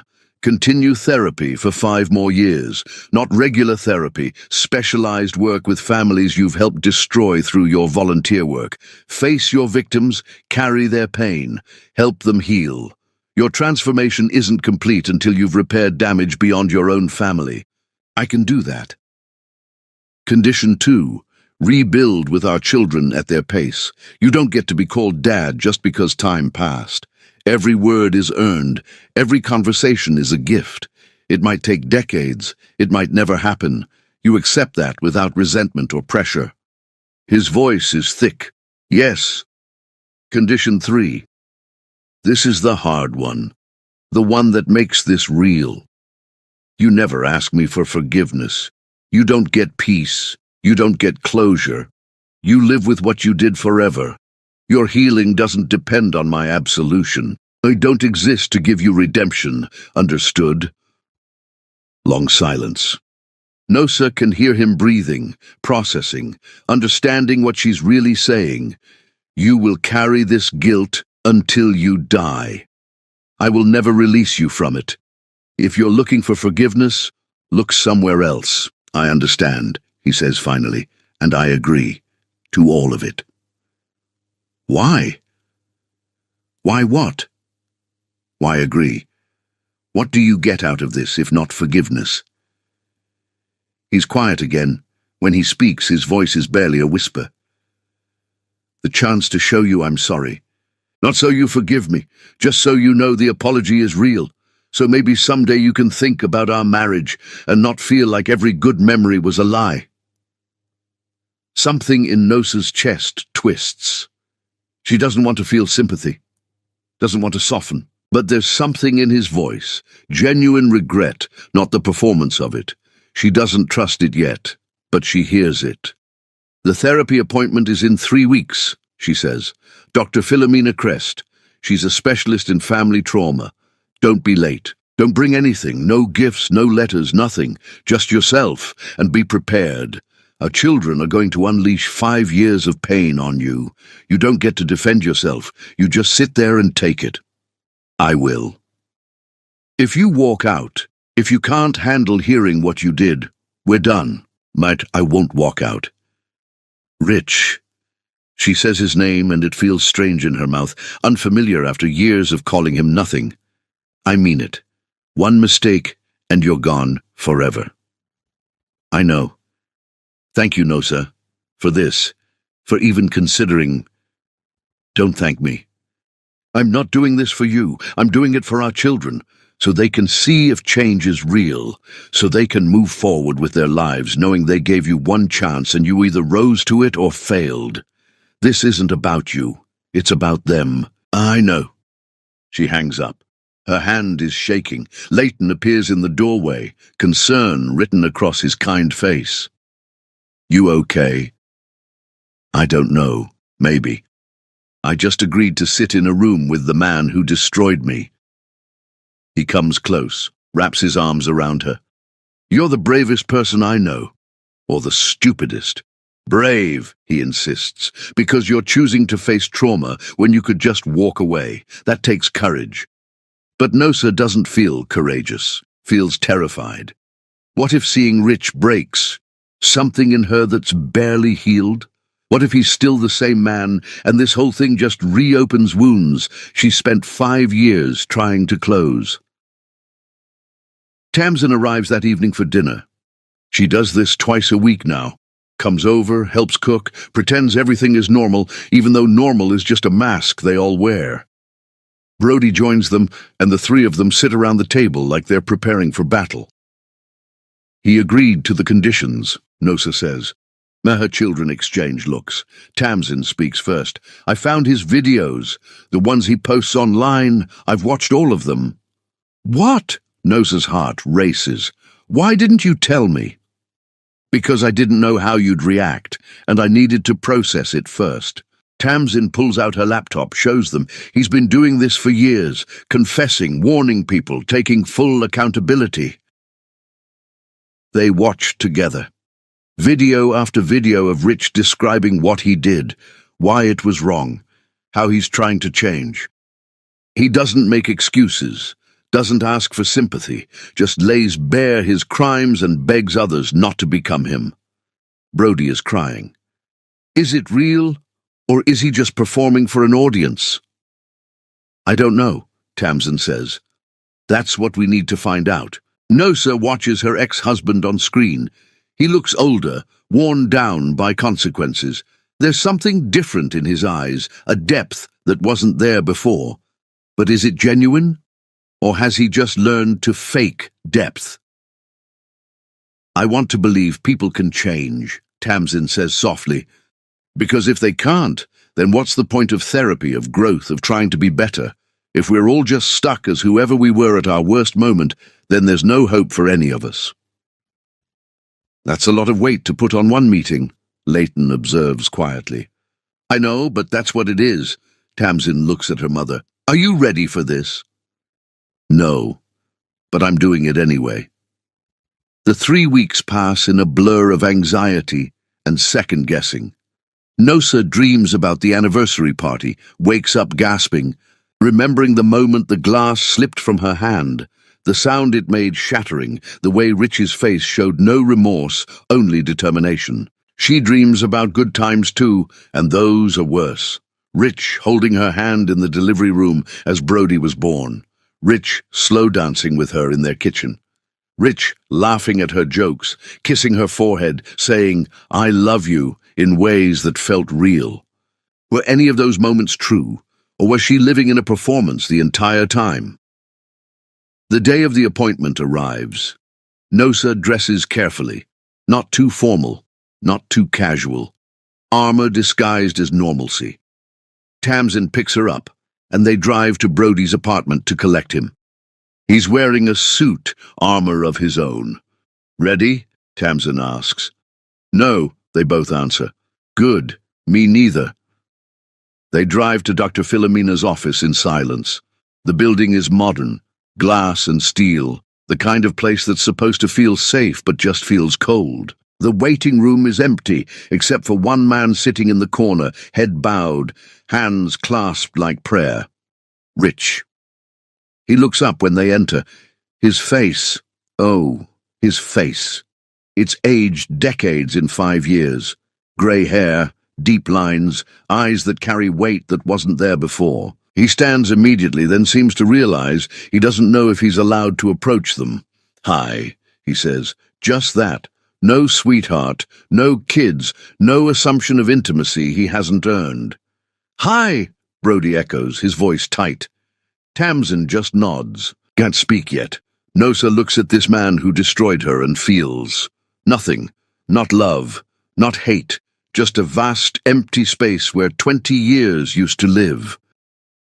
Dr. Philomena emerges from her office, a black woman in her 50s with silver-streaked hair and eyes that miss nothing. Come in, all of you. The therapy room has a circle of chairs. No couch, no desk, nothing to hide behind. They sit, and the space between them feels like an ocean. Dr. Philomena doesn't waste time. You all know why you're here. Rich, the floor is yours. Say what you need to say. He opens his mouth, closes it, opens it again. Finally, I'm sorry. That's not enough. I know it's not enough, but it's true. I destroyed everything beautiful in my life. I hurt the people I love most in the world. And I did it on purpose, over years, with calculation and cruelty. Tears stream down his face, but he doesn't wipe them away. Just sits in his pain, letting them see it. I'm not asking for forgiveness. I'm not asking you to understand. I just need you to know. I see what I did. All of it, every piece of damage. And I'm spending my life trying to make sure no one else becomes what I was. Silence. Heavy. Suffocating. Then Tamsin leans forward, and 5 years of pain explodes from her like a broken dam.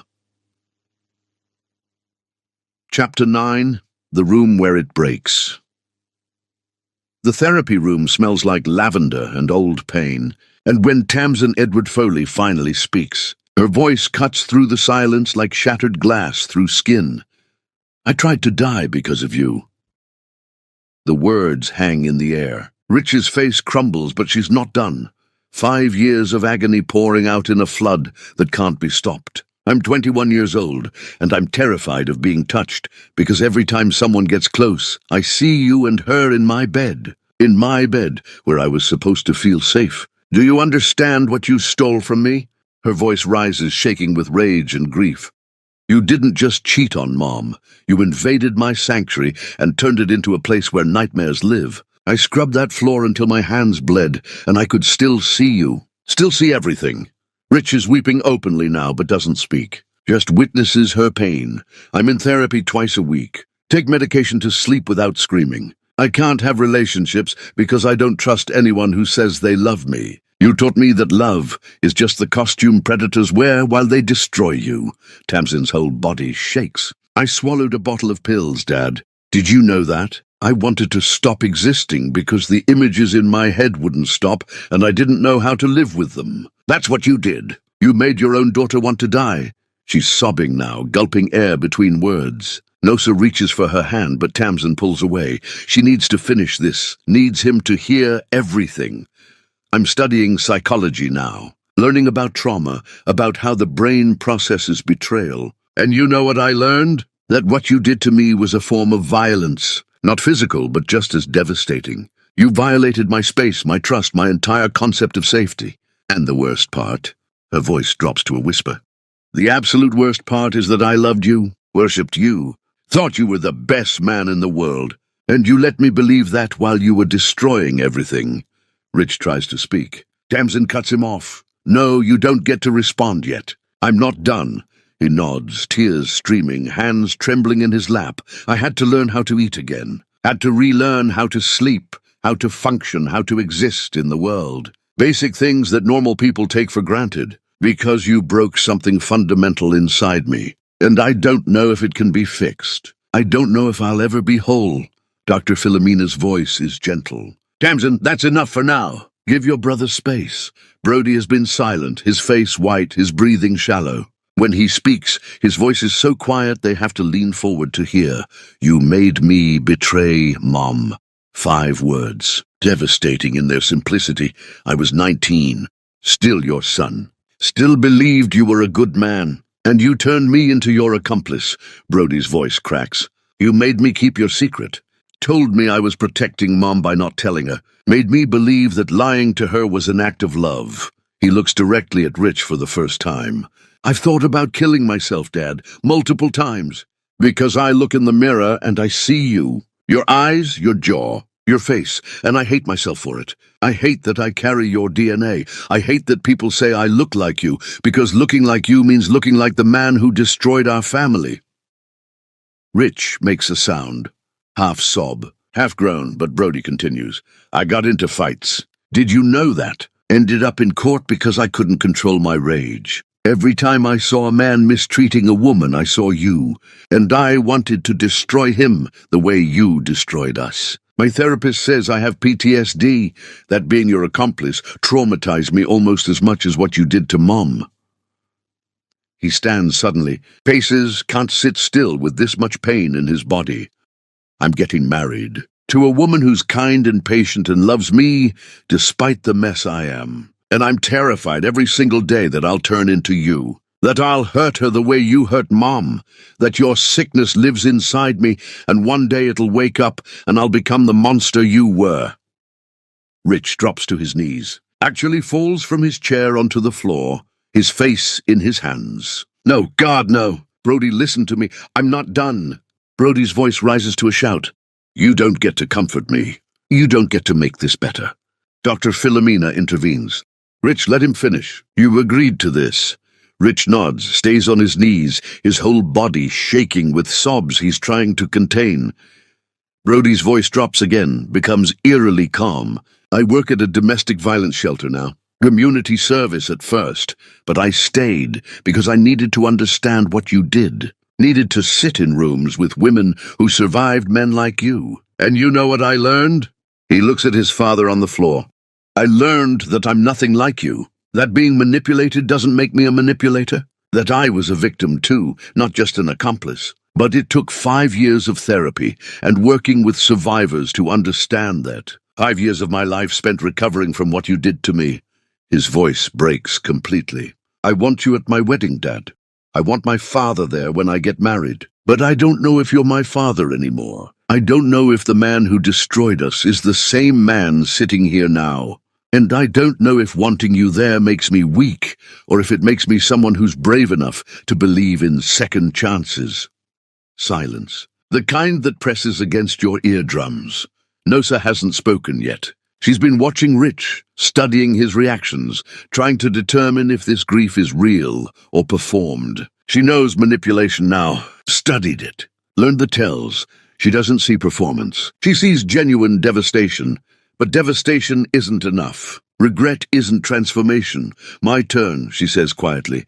Everyone looks at her. This woman who held them all together while falling apart herself. This woman who worked double shifts and finished her residency and learned to smile again. This woman who survived. I need to ask you something, Rich, and I need the truth. Complete honesty, even if it destroys you. He looks up from the floor, his face ravaged by tears. Anything. Did any of it mean anything? Her voice is steady despite the earthquake inside her chest. Our wedding day when you cried during the vows. When I was in labor with Brody and you held my hand for 18 hours. When my father died and you held me through the night. When you gave me that necklace and said, "To my forever." She pauses, gathering courage for the question that's haunted her for 5 years. Was any of it real? Or was our entire marriage just a performance while you waited for something better to come along? Rich is silent for so long she thinks he won't answer. Then till it was real, all of it, every moment. His voice is raw, scraped clean of any pretense. I loved you more than I knew how to love, more than I'd ever loved anyone. You are the best person I've ever known. Brilliant and kind and patient with my mother when she was dying, patient with me when I was impossible, patient with everything. He wipes his face with shaking hands. But I loved myself more. That's the sickness. I loved you, genuinely loved you, and still chose to hurt you because I loved my ego, my needs, my wants, more than I loved your well-being. That's what makes it so terrible. The love was real, but it wasn't enough to stop me from being selfish. Nosa absorbs this. It's somehow worse than if he'd never loved her at all. Because it means love isn't enough. Means you can love someone and still destroy them. The man who loved you did exist, Rich continues. He was just buried under so much entitlement, so much selfishness, so much ego, that he couldn't breathe. I suffocated him, and you, and our family. You deserved so much better than what I gave you. Yes, Nosa agrees simply. I did. More silence. Dr. Philomena lets it sit, lets them all process. Finally, Rich speaks again. Can I say something? Not as a defense, just as truth, Dr. Philomena nods. Tamsin, you're right. What I did was violence, psychological terrorism, and I can't fix it. But you need to hear this. You looking like me doesn't make you like me. He looks at Brody. Having my face doesn't mean carrying my sickness. You're not me. You're a good man who was hurt by a bad one. That's all. Brody sobs, just breaks down completely. Rich continues, still on his knees. I've spent 5 years trying to become different, not to earn you back. I know that's impossible, just so the world has one less person like me in it. I work at shelters, counsel young fathers, speak at high schools, post videos warning people not to become what I was, not for redemption, just because it's the only good thing I can do. He looks at each of them in turn. I'm not asking for forgiveness. I'm not asking you to forget. I'm just asking if we can exist in the same room sometimes. If maybe years from now, we can have family dinners where we're not family anymore, but we're not enemies either. Just people who share history. Tamsin and Brody look at their mother. She's the one who has to answer this. Nosa takes a breath. I will never love you again. Rich nods. I know. I will never trust you. We will never be what we were. I know. But the word hangs. For our children, we can try to exist in the same space. Maybe have family dinners eventually. Be co-parents who respect each other's existence. Nothing more? His face breaks with relief and something else. Not hope exactly, just gratitude for the smallest mercy. That's more than I deserve, he whispers. Thank you. I'll spend the rest of my life being worthy of even this. Tamsin wipes her face with the back of her hand. 1 dinner a month, with my therapist present at first. If you say anything manipulative, we're done. I understand. Brody nods slowly. Same. And you're coming to my wedding. But you sit in the back. You don't walk me down the aisle. That's Mom's job now. You don't give a speech. You just sit there and witness that I found love, despite what you taught me about it. I'll be there, however you need me to be. Dr. Philomena speaks for the first time in a while. This is good work, hard work, but good. I want to see all of you again next month. Same time, we'll process how this first meeting went and decide on next steps. They stand. The movement feels strange, mechanical. Nosa gathers her purse, her children flanking her like guards. Rich stays where he is on his knees until they reach the door. Then his voice stops them. I love you all, I always did. I just didn't know how to show it. I'm learning now. Finally. Nosa turns back one last time. Looks at this man who destroyed her, who spent 5 years trying to become something better. Love isn't what you feel, Rich. It's what you do. Remember that. I will. They walk out together, not a family restored, but broken people who've chosen healing over hatred. In the parking lot, Tamsin suddenly wraps her arms around her mother and sobs.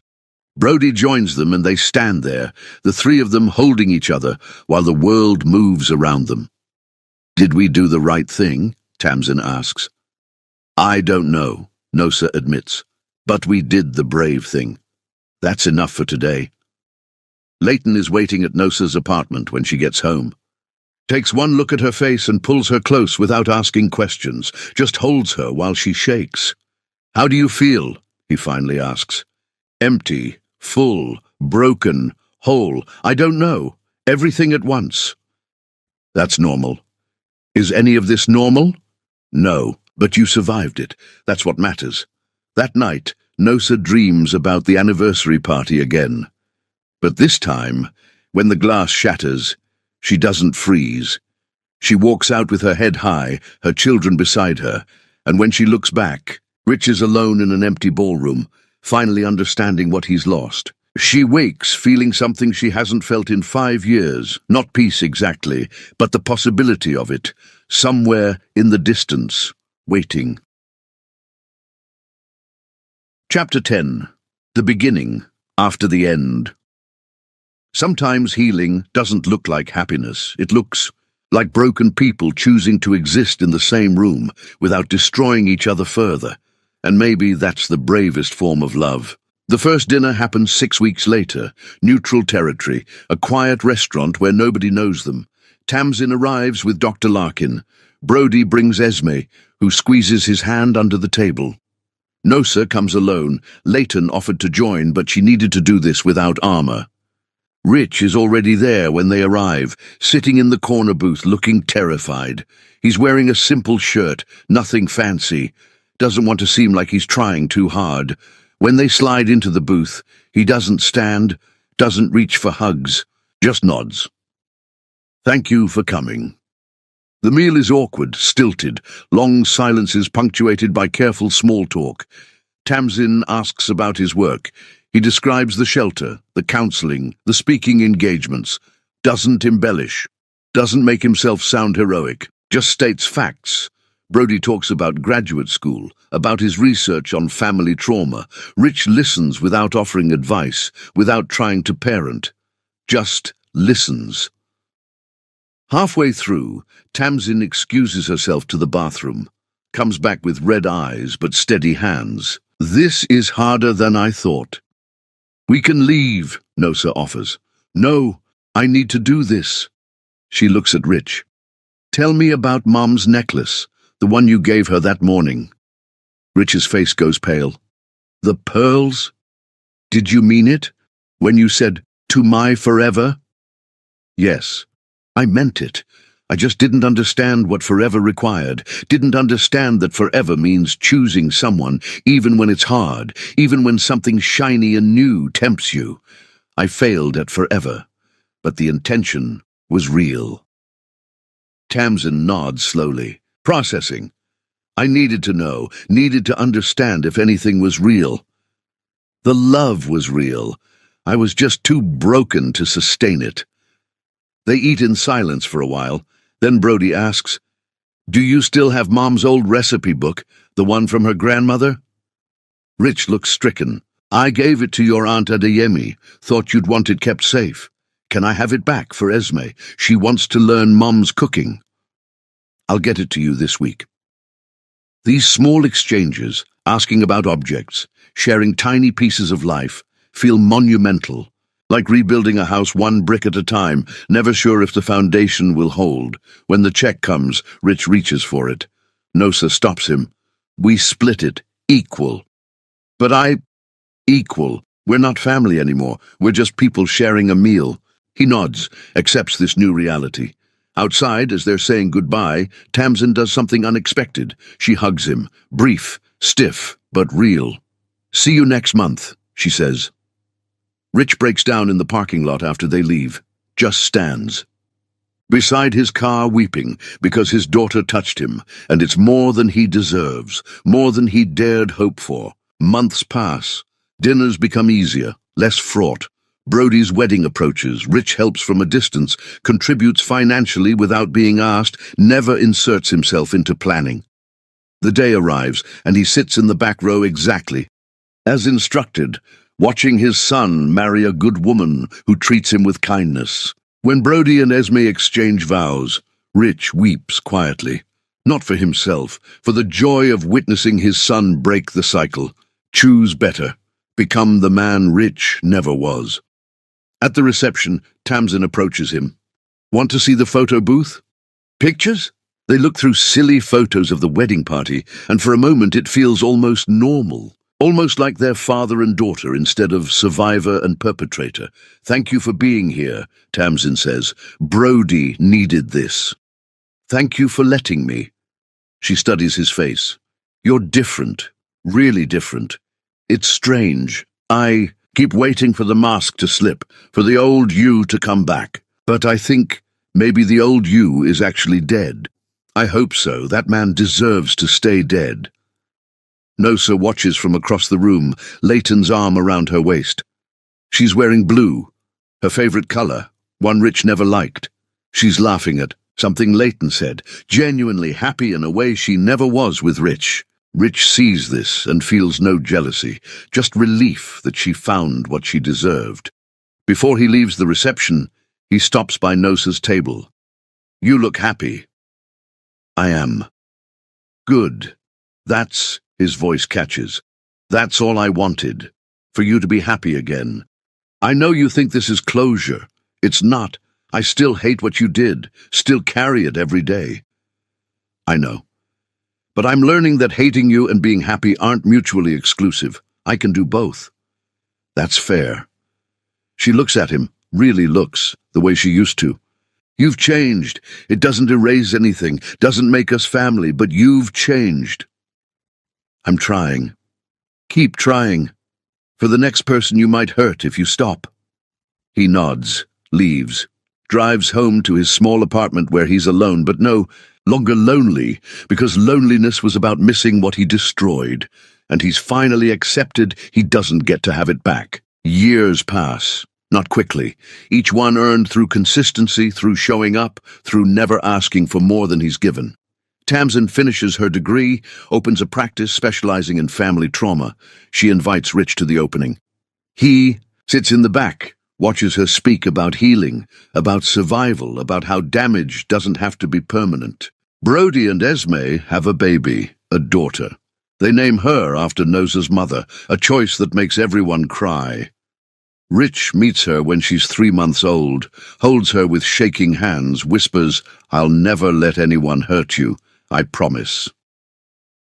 Nosa eventually marries Leighton in a small ceremony. Rich isn't invited, that would be too much, but he sends a card. Congratulations, you deserve every happiness. Thank you for showing me what love should look like. She keeps the card, doesn't respond, but she keeps it. The dinners continue, monthly at first, then every few months, then whenever everyone's schedules align. They're not a family, they're something else, something without a name. People bound by shared history who've chosen not to let that history poison their present. Rich continues his work, the shelter, the counseling, the videos. Now he does it not because he's trying to become better, but because it's simply who he is now. The work has become part of his identity, former abuser turned advocate, using his darkness to illuminate the path for others. One evening, Damsin brings a client to meet him, a teenage girl whose father destroyed her family in similar ways. The girl is angry, broken, convinced she'll never be whole. Rich sits with her. "I'm the monster in my family's story. I'm the person who caused the kind of pain you're feeling, and I can't fix what I did. But I can tell you this, your father's sickness isn't your inheritance. You get to choose who you become. What if I become like him? Then you choose again. Every day, every moment. That's the work." The girl leaves looking less hopeless. Tamsin stays. "That was good." "What you said, did it help?" "Yes, because she needed to hear it from someone like you. Someone who did the damage and can name it honestly." They sit in comfortable silence. Not father and daughter, but not strangers either. Something in between, something earned through years of consistency. "I don't forgive you," Tamsin says suddenly. "I want you to know that. What you did still haunts me. I still have nightmares, still struggle with intimacy, still carry it. I know, but I'm glad you changed. Glad you're using what you did to help others. It doesn't redeem you, but it matters. That's all I'm asking for it to matter somehow." She leaves, and Rich sits alone in the shelter's common room, surrounded by photos of survivors, and thinks about redemption. How it's not something given, but something built through years of small choices. How you don't earn it, you just work toward it, knowing you might never arrive. His phone buzzes. A text from Brody. "Family dinner next month. Esme wants everyone to meet the baby. Everyone." The word sits heavy in Rich's chest. He's not family, but he's included in the gathering of people who share Brody's blood and history. It's not forgiveness. It's not reconciliation. It's not a happy ending. But it's a beginning. Still. Always.